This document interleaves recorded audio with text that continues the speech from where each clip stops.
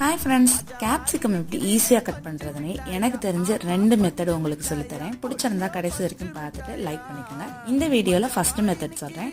First எப்போதுமே கேப்சிகமை நீங்கள் பாட்டுக்குள்ளே கத்தி எடுத்து அப்படியே நறுக்கிடக்கூடாதுங்க.